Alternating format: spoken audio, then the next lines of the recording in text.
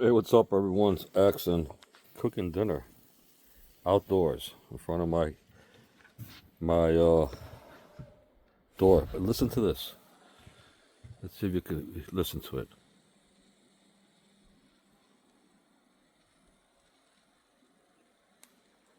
It's an owl. Did you hear that?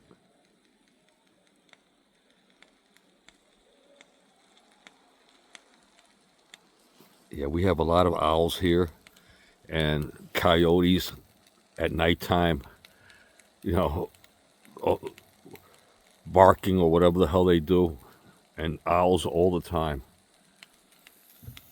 And so I'm making these burgers. These burgers, what I do is I mix onions and spices inside of them.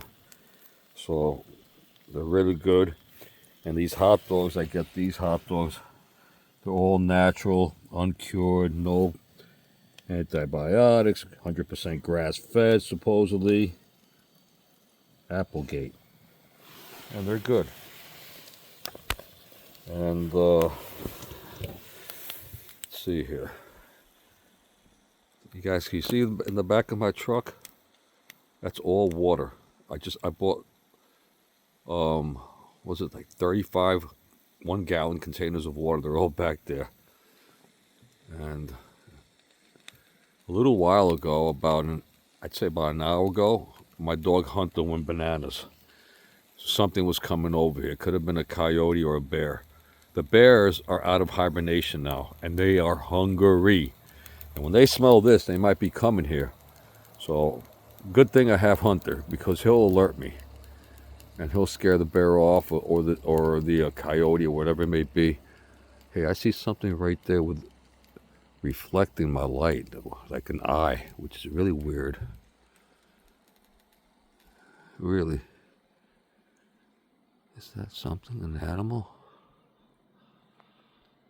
That is very strange.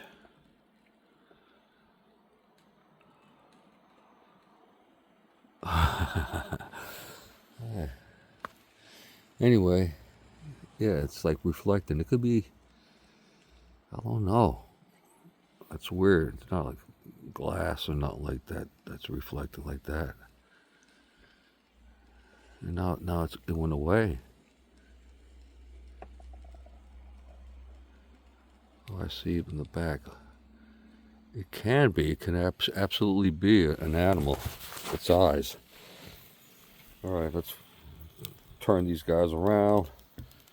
And it's exciting to live in Mother Nature. But I got my hunting dog with me. Right, dog? You gonna protect me? You know you're gonna get half of this. Relax. Down, stay down. Can't talk to him and get so excited.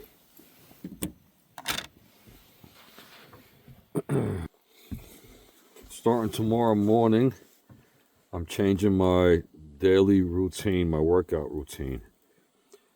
Besides strength training and self-defense training that I do all the time anyway, I'm going to be adding a few things. One is marksmanship on a daily basis. Secondly is I will be putting a backpack on my back, right? Heavy backpack, 60 to 80 pounds on my back. And I'm going to start with 1 mile, half a mile in and a half a mile back out to see how I feel. And I'm going to keep on doing this every day with a heavy backpack on my back, with my dog on my other side on a leash, and possibly a walking stick on the other hand, and my self-defense on my back, because here in this, there's a lot of bears here, coyotes, and all kind of craziness out here. But yeah, that's what I'll be doing. And that's not to say that, let me turn my hot dogs, hang on. That's not to say that I'm gonna actually ever use an 80-pound backpack. I would not. That's very, very heavy. Oh. Let's let it cook a little longer. I'm using my fillet knife. How you like that? But you got to train your body for what you might have to, what might occur, what you might have to do. Guys, everybody's talking about, nah, I'm just bugging in. I'm staying home. I'm staying home. But what if it's true about these terrorist sleeper cells? What if it's true that there are thousands of them, guys, here in the United States ready to attack us? What if it's true that they are highly trained, and not only that, their weapons are more advanced than what we have? But we've always bragged about nobody could attack us because we have too many guns. But we have semi-automatic guns, bolt action, lever action. They have automatic rifles, okay, and other weapons. They are highly trained. And if it's this World War III thing getting out of hand, and you can't trust Iran, it just might be happening. And if that happens and they come to your home and you don't get out on time, they'll burn you down in your house. They'll knock down the doors. They'll shoot you from the outside. You'll have no chance. Even in buildings, I'd be scared. Remember, in a building, there's only one way out. You guys are stuck in there. Eh? What if these guys... How would you make that building evacuate? Start a fire? Some chemicals in there? People can't escape. You'll never escape on time. If you live in New York City, the bridges are going to close. You're not going to ever drive your way out of New York City, the Brooklyn, Bronx, Queens. No, you're not. Even Staten Island, you're an island. Forget about you guys. You're so thick, hard-headed that you're saying, I'm not going to move from New York City. I'm going to die here. Well, you know what? You will. We're all going to die. I'll die up here in the mountains, but I might survive a little longer than you. Oh, that's looking good.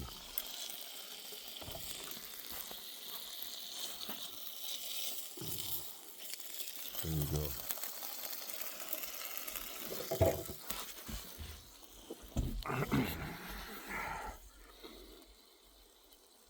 If you can't walk because you're old, you're disabled, you're so drastically out of shape, like you're obese and you can't really run, you can't breathe,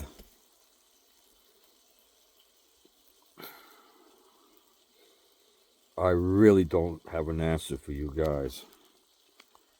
If you don't have someone who loves you to take care of you, at that point, if I were you, first of all of us, we should be praying to God, praying to Jesus all day, every day, But for you guys who are disabled, to that point, you better have family members who are going to look out for you. And if you don't, did you hear that, Hunter?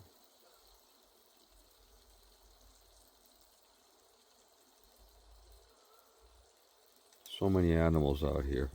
I heard coyotes. That sounded like a goose for some reason. It doesn't. I don't know. Weird. And owls and stuff like that.